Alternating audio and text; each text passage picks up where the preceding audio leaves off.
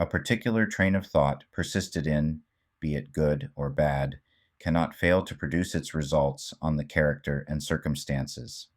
A man cannot directly choose his circumstances, but he can choose his thoughts, and so indirectly, yet surely, shape his circumstances. Nature helps every man to the gratification of the thoughts which he most encourages, and opportunities are presented which will most speedily bring to the surface both the good and evil thoughts. Let a man cease from his sinful thoughts, and all the world will soften toward him and be ready to help him. Let him put away his weakly and sickly thoughts, and lo, opportunities will spring up on every hand to aid his strong resolves. Let him encourage good thoughts, and no hard fate shall bind him down to wretchedness and shame. The world is your kaleidoscope, and the varying combinations of colors which at every succeeding moment it presents to you are the exquisitely adjusted pictures of your ever moving thoughts. So, you will be what you will to be. Let failure find its false content. In that poor word environment, but spirit scorns it and is free.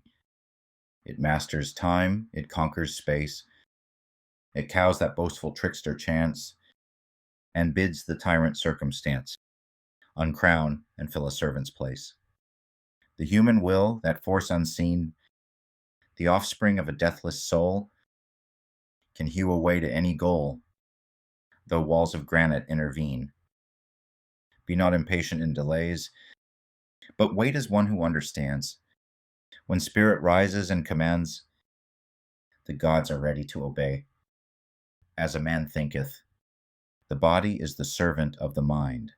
It obeys the operations of the mind, whether they be deliberately chosen or automatically expressed. At the bidding of unlawful thoughts, the body sinks rapidly into disease and decay. At the command of glad and beautiful thoughts, it becomes clothed with youthfulness and beauty. Disease and health, like circumstances, are rooted in thought. Sickly thoughts will express themselves through a sickly body.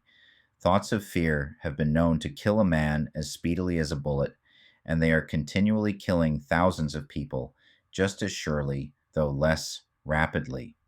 The people who live in fear of disease are the people who get it. Anxiety quickly demoralizes the whole body and lays it open to the entrance of disease, while impure thoughts, even if not physically indulged, will soon shatter the nervous system.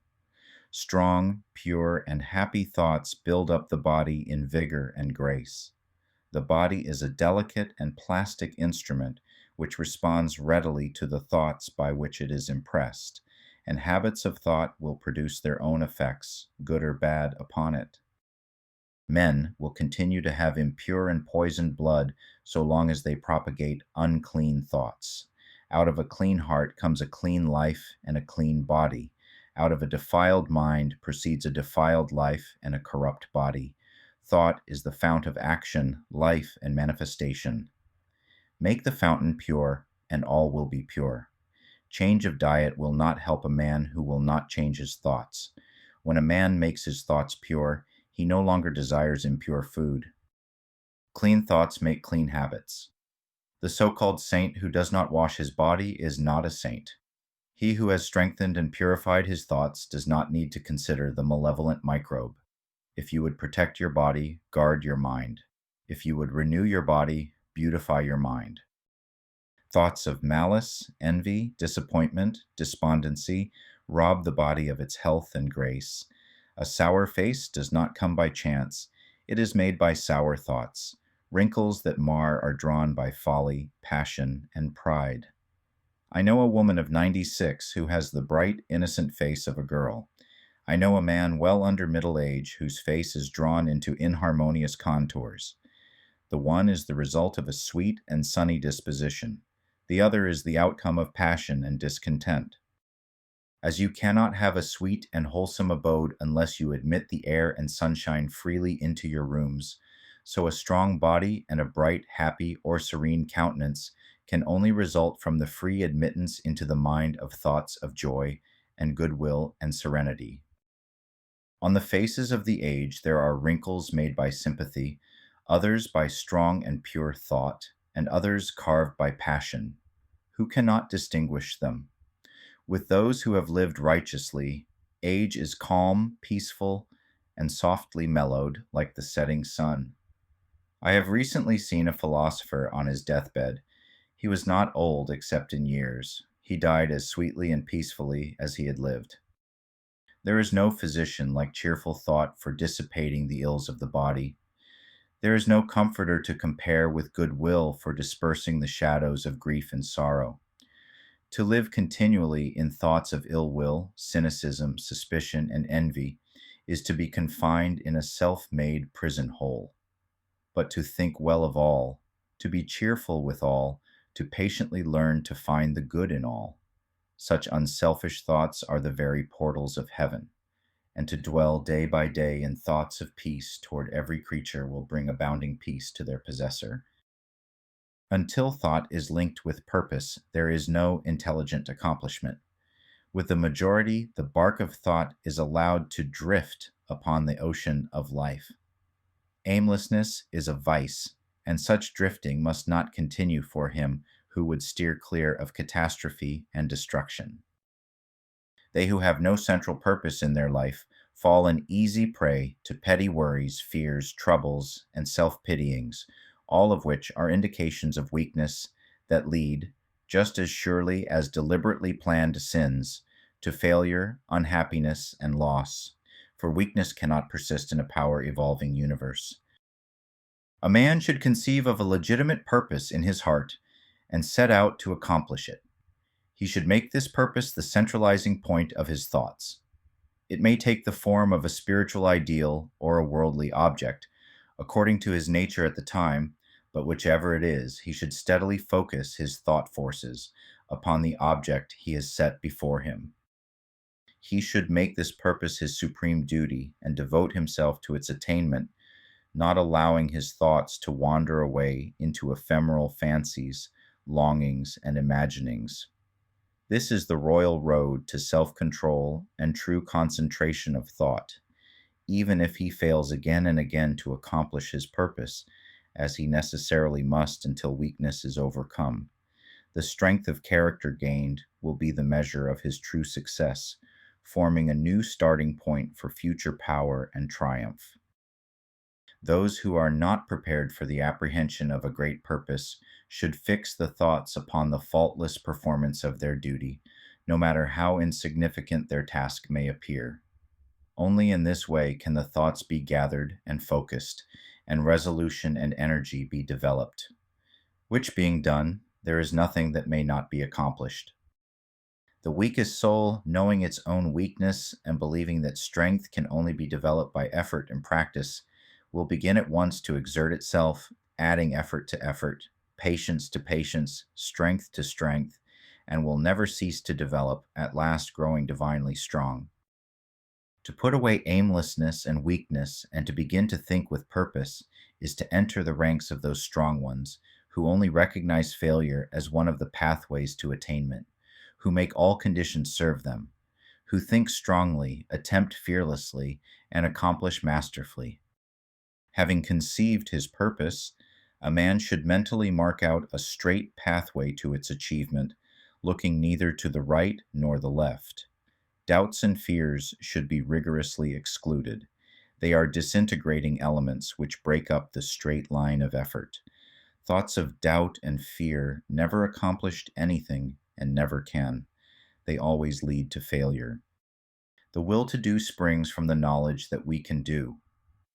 Doubt and fear are the great enemies of knowledge, and he who encourages them thwarts himself at every step. He who has conquered doubt and fear has conquered failure.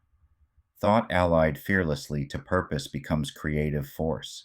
Such a one becomes the conscious and intelligent wielder of his mental powers. The thought factor in achievemental, that a man achieves and all that he fails to achieve is the direct result of his own thoughts. In a justly ordered universe, where loss of equipoise would mean total destruction, individual responsibility must be absolute.